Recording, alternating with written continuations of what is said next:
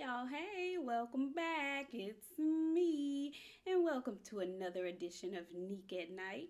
Listen, I missed out on my Hump Day Wednesday. I was a little tired yesterday, but I'm back.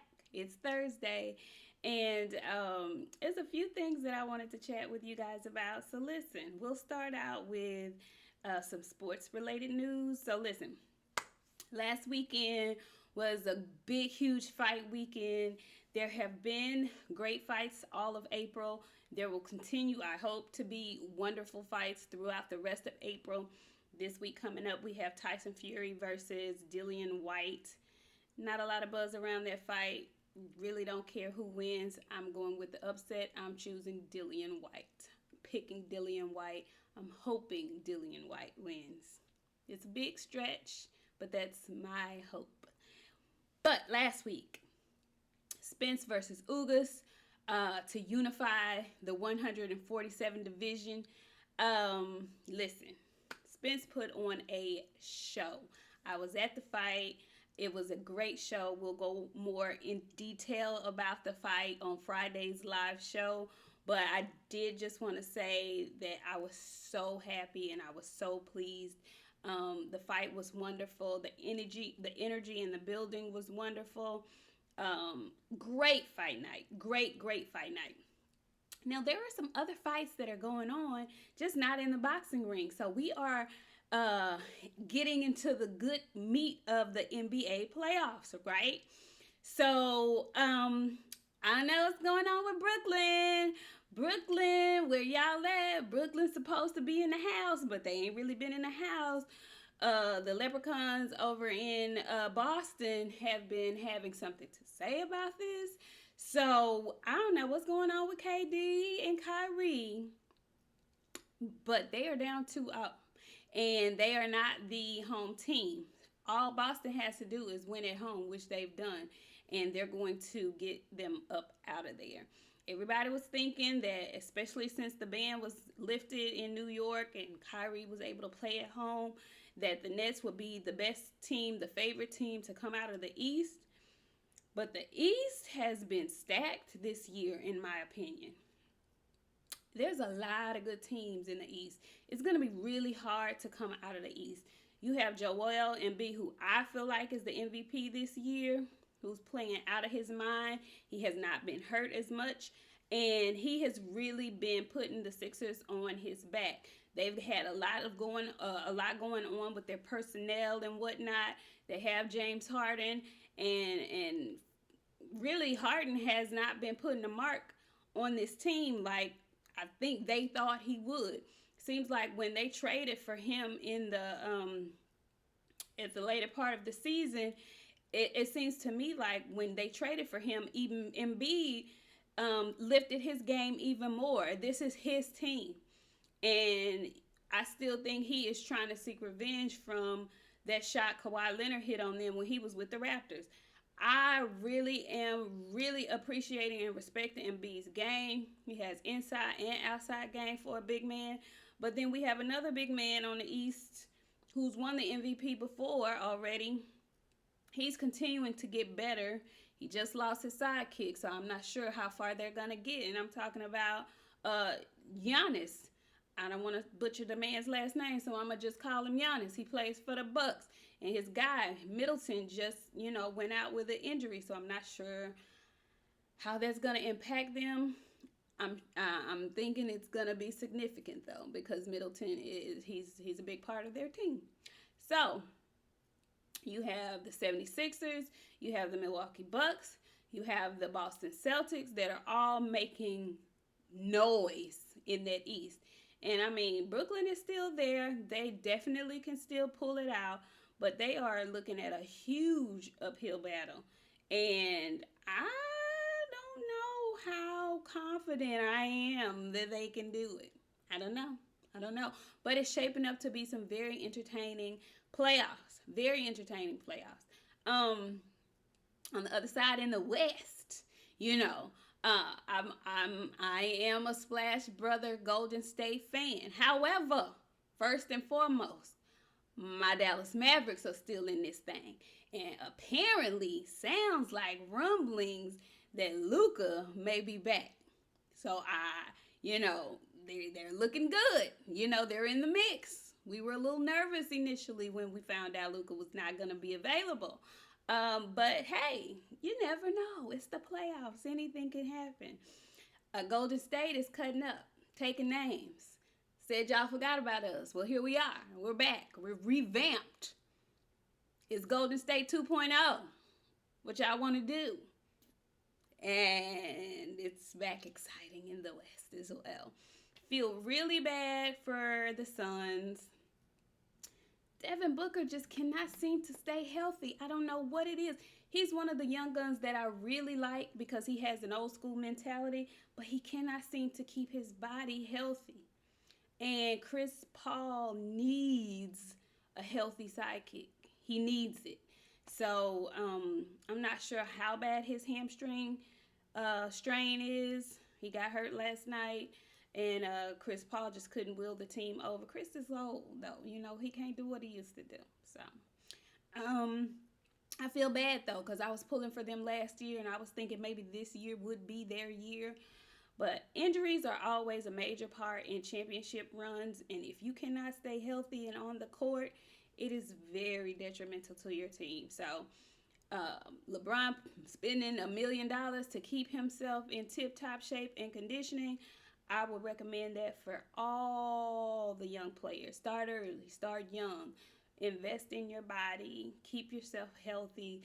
I know that some injuries are going to come just because you play sports and you play at a high level, but do all you can to keep your body healthy. I mean, it's detrimental. It is detrimental. Anyway, so those are the playoffs. I still don't know who I have coming out of either conference, but if I had to choose today, I would say Warriors versus Sixers. And then I would say, my heart is saying Warriors in 6. That's me just wishful thinking. I don't know. Anyway, so that's basketball. Baseball is in full swing as well. Now, I'm not too big of a baseball fan, but baseball is in full swing. I kind of get more involved and start paying attention once the playoffs start or toward the end of the season because it's such a freaking long season. Jesus, good grief. I can't do baseball all season long. It's just too long of a season. But we're in full swing. And so we shall see what happens. The Astros stay in the mix, so we'll see. I would love for the Rangers to get back in the mix. Okay, whatever. So, the last part of this Nik Nite is going to be dedicated to 2 of my favorite shows that have come to a close. So last night was the season-ending episode of Snowfall. And this past Sunday, was the season-ending episode of Power Force, which centers around the Tommy Egan character. For those of you who watched the original Power, Tommy Egan was Ghost's right-hand man. He was his guy, his enforcer.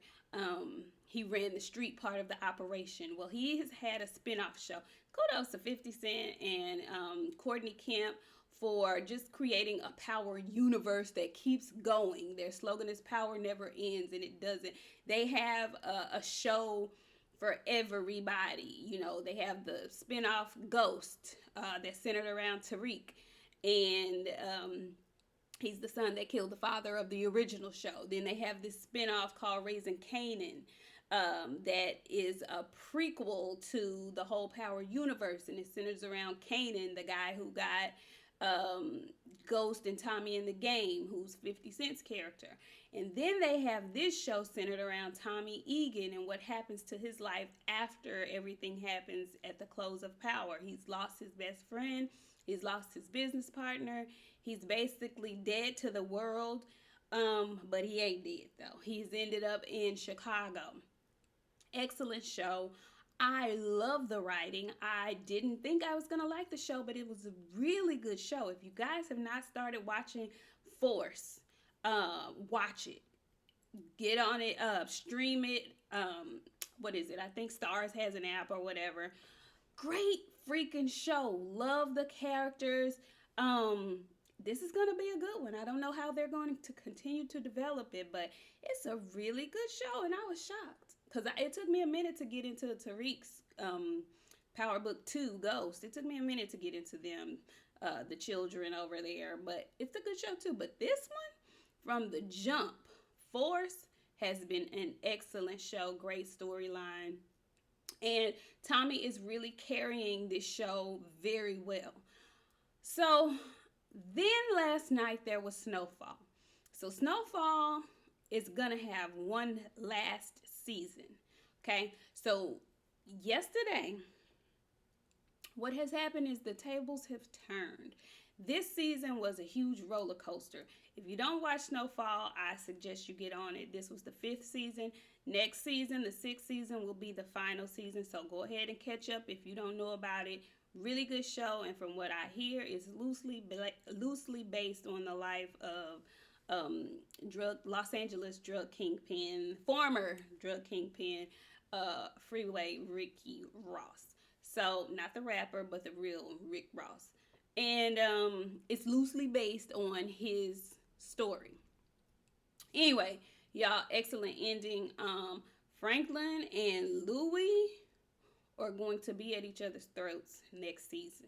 And baby, these are kind of spoilers, so if you haven't watched the show, stop the video right now. Baby, when your mama got your back like Franklin mama got his back, it's gonna be a long season. For anybody who tries to get in their way, they both have a common enemy in Reed.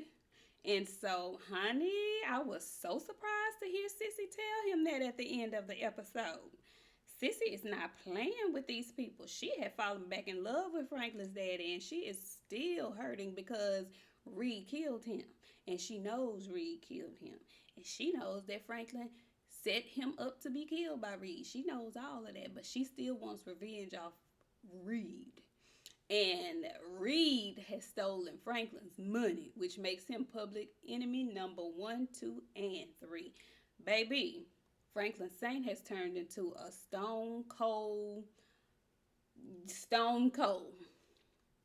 And I can't wait to see next season. I hate that the family has to be torn apart behind money, which is what it is. Money and power. Always in the dope game, it's money and power. But I was, a bit taken back by Miss Louie. Yeah, I like Louie initially, but the ambition is out of control a little bit. Y'all tell me what y'all think about Louie and her ambition. Now, I'm a woman. I'm an ambitious woman.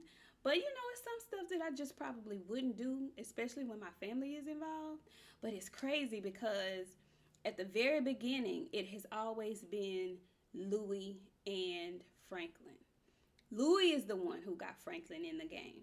And it's like he said, he should have looked at her as a partner more than just, I guess, an employee or some help from time to time. She really was the person who got him in the game. She took him to the old chick that she used to sleep with. So anyway, I hate that Jerome is going to be caught in the crossfire of this.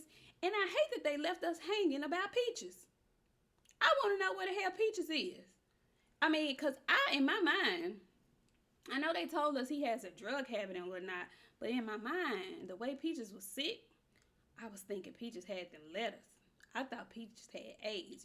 This is set in that time period where AIDS was running rampant and people didn't know exactly what it was.